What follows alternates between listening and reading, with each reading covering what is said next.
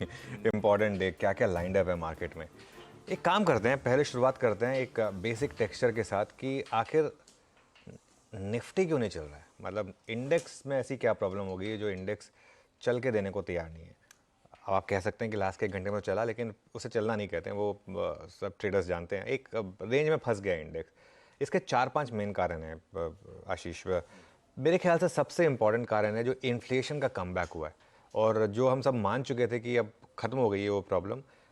India में और US में दोनों में एक लेकर उसकी थोड़ी सी वापस एक चिंता आई है, और ख़ास तौर से इंडिया में। और अगर आप एशियन मार्केट्स देखें तो एशियन मार्केट्स में अब एक क्लियर कट अप्रोच ये ले ली है कि फेड ने अभी भी रेट हाइक करनी है, और 2-3 रेट हाइक शायद पॉसिबल है। मतलब 2-3 शायद ज़्यादा हो गया, लेकिन 1-2 तो एटलीस्ट रेट हाइक्स अभी भी सिस्टम में लाइंड अप है, और कट तो अभी आप भूल जाइए। तो ये मेरे ख्याल से एक सबसे बड़ा क्यू है।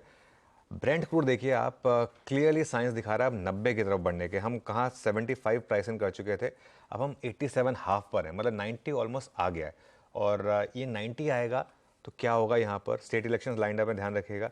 आज आरबीआई की पॉलिसी है, आज अगर गवर्नर हॉकिश हो गए, और हो सकता है कि उनको हॉकिश होना पड़े, क्योंकि जिस तरीके के क्यूज़ रहे हैं, मुझे लग रहा है कि वो शायद हॉकिश हो।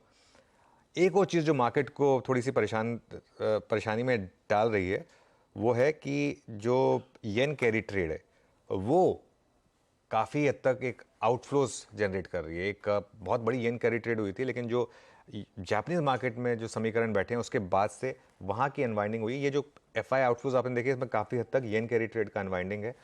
और जो हमारा सबसे बड़ा सेक्टर है वो नहीं चल रहा है, बैंकिंग सेक्टर।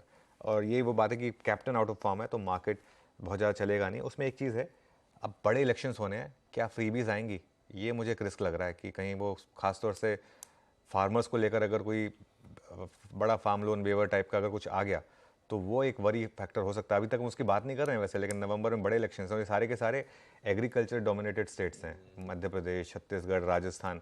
तो ये मेरे ख्याल से एक और चिंता का कारण है। ऑब्वियसली प्राइस अपने आप रीज़न ढूंढ लेता है, तो मार्केट गिर रहा है तो उसके लिए ये रीजंस निकल कर आ रहे हैं, लेकिन ये वैलिड रीजंस हैं इस समय मार्केट की करेक्शन के लिए। देखते हैं भैया। दिक्कतें तो आ गई हैं, चुनौतियां सेंट्रल बैंकर्स के सामने वापस लौटती हुई, समीकरण जो बदलते हुए दिख रहे थे वो सब वापस हॉकिशनेस की तरफ बदल चुके हैं। महंगाई का तड़का थोड़ा सा लौटता हुआ। ब्लेम कर लीजिए टमाटर को, लेकिन टमाटर की बियॉन्ड भी काफी कुछ है जो अब दिक्कत कर रहा है। खैर, देखते हैं आज पॉलिसी अनाउंस